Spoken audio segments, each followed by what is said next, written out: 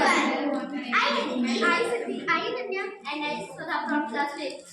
But we are inspiring tea group. We are going to make taco recipe. It is a Mexican dish. We have many ingredients. First, we have shells, then cheese. This is lettuce, chopped tomatoes, and this is one bowl of salsa. 2 tablespoons sour cream, and last one is herbs. It is optional. And add tomatoes, lettuce, herbs, cheese, salsa, and sour cream in a bowl.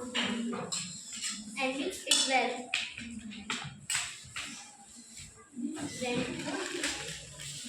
Then put the mixture above the taco shell and enjoy it. This is very tasty. Thank you for watching it.